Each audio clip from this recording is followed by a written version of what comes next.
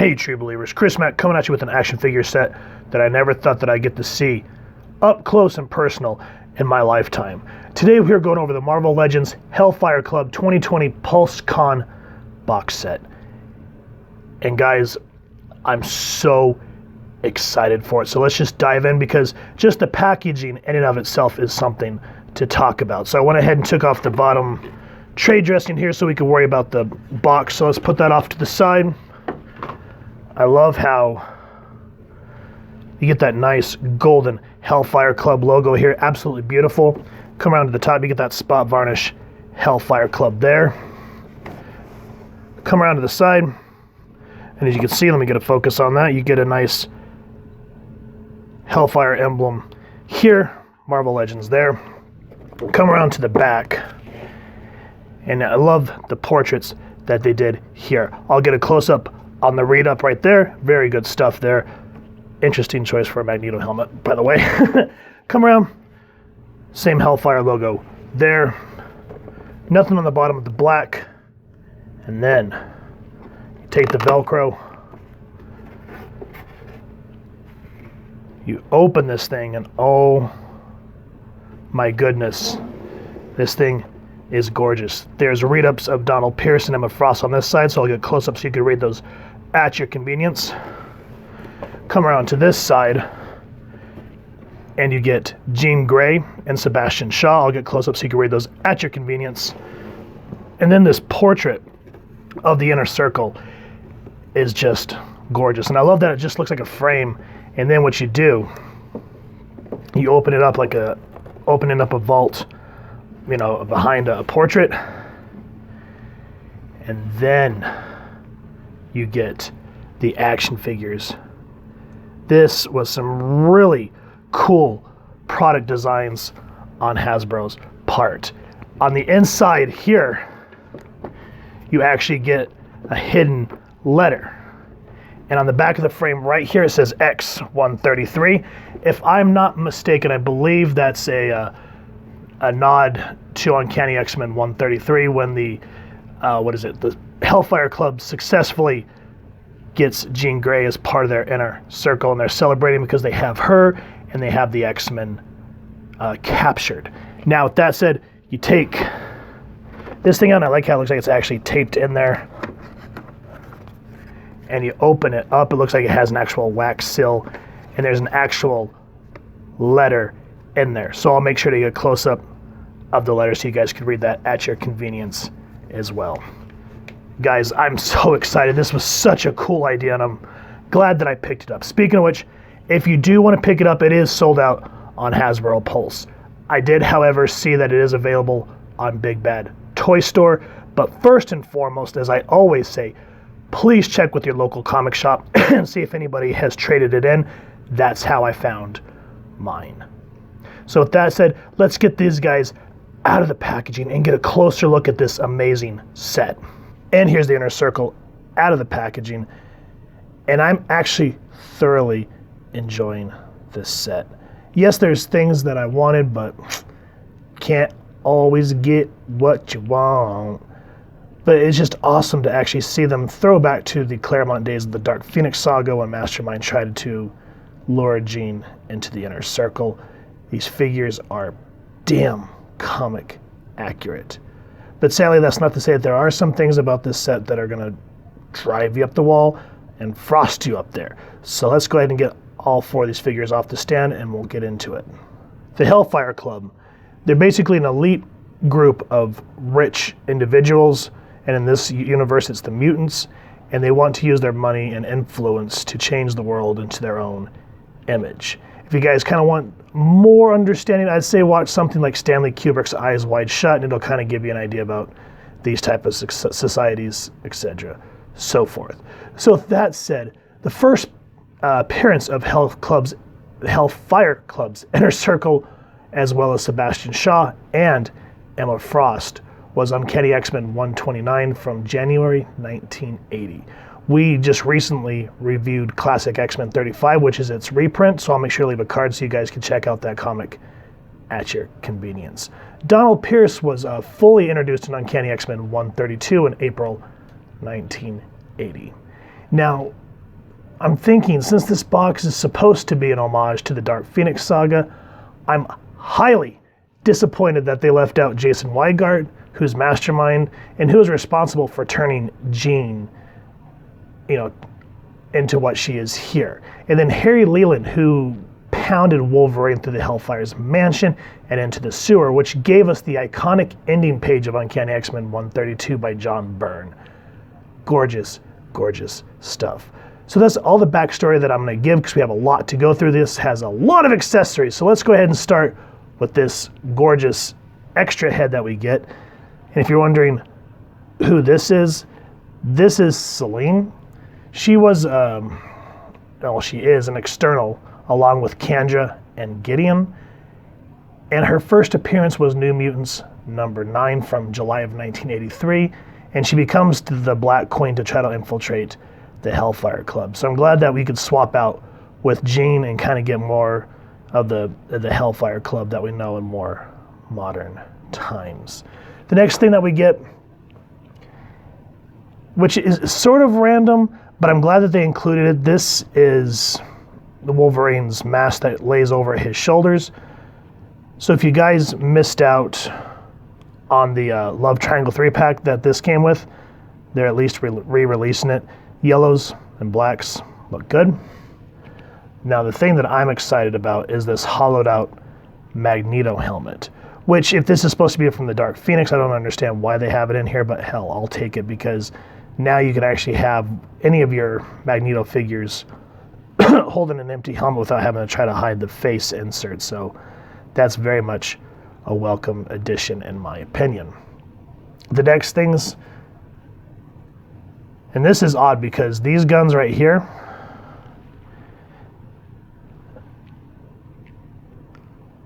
I don't know, I think these came with the Sauron Build-A-Figure Wave Deadpool, I think. They look the same. If I'm wrong, let me know down in the comments. But these are more of a solid black, have the same type of, the same kind of engraving, I guess is the lack for a better word. But yeah, I'm glad that they came with weapons. I've never really seen the Hellfire Club use guns, but just the fact that we were given some extra weapons, I'm always down for that. The next thing that they come with is this Hellfire book. And I love how, even though this is a hard plastic, it looks like it's a leather-bound novel with the Hellfire Club logo right there. Looks really good.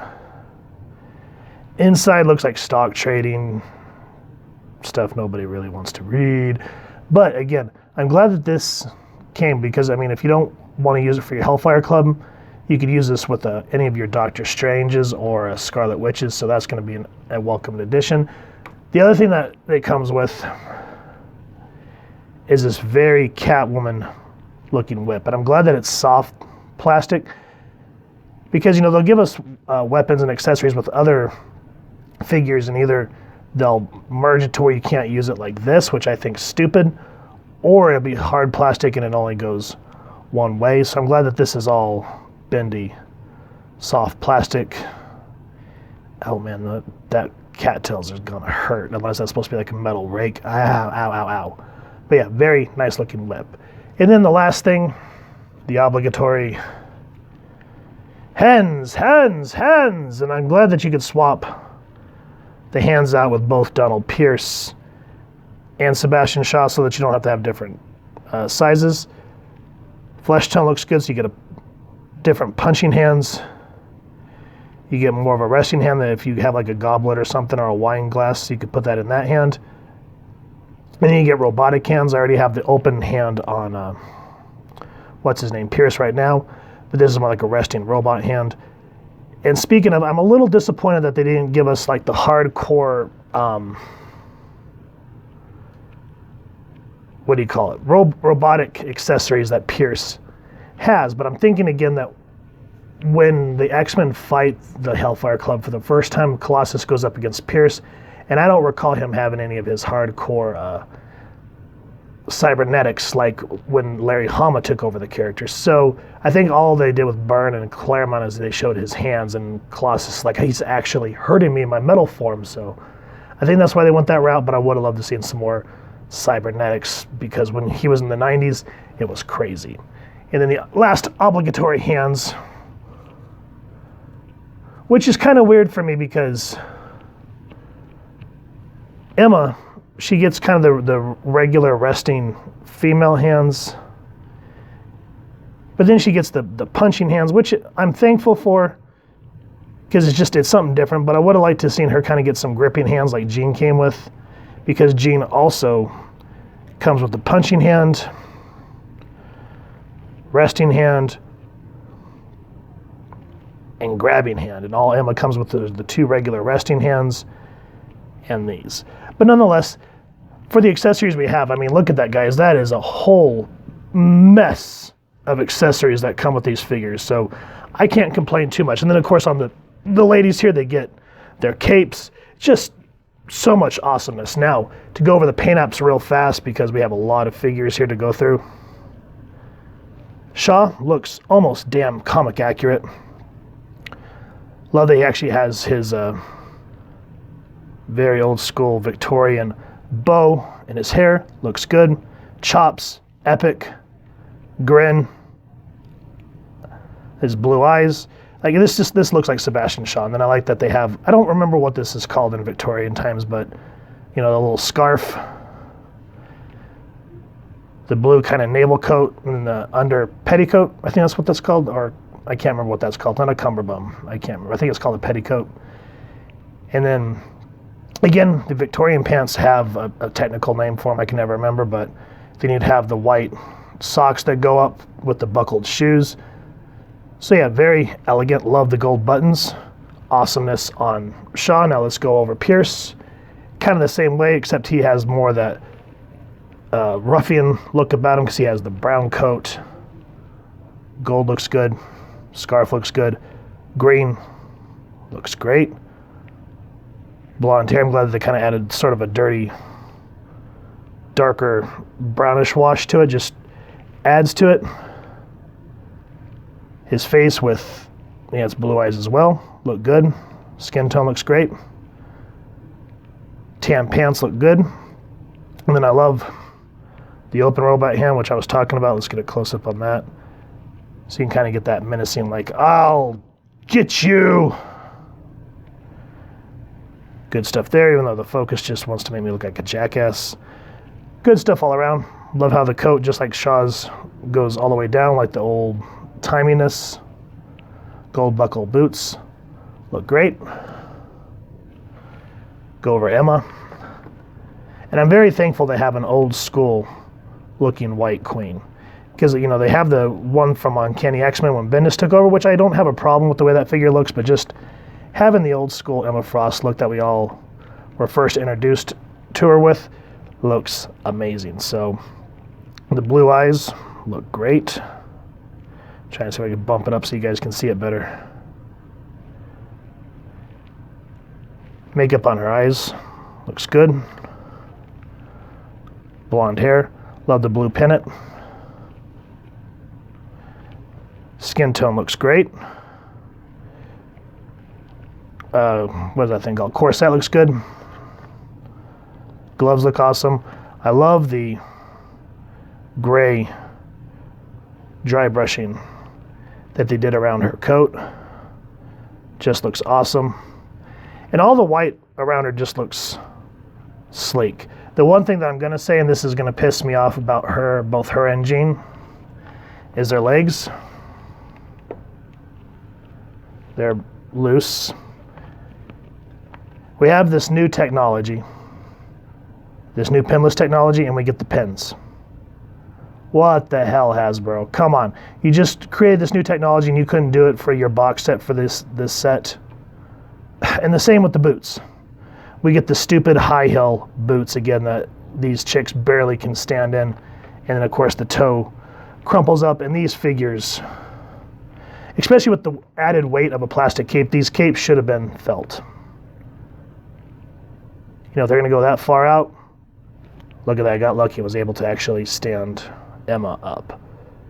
So yeah, that's her. Let's go over Jean, and as you can see, I barely touched her, and there she went.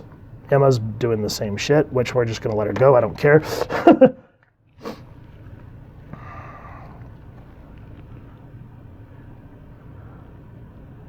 Face sculpt looks good. Makeup looks great. Her green eyes look awesome. This choker chain's cool. It's a soft plastic, and you can move it around her neck. But the problem is every time you move her hair, the necklace gets stuck up in there, and it moves up, and it starts to look awkward.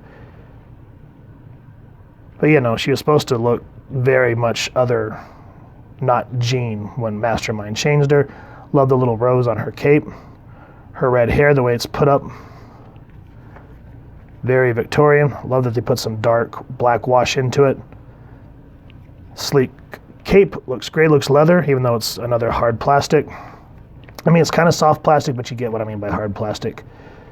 Corset looks good, skin tone looks great. Gloves look good.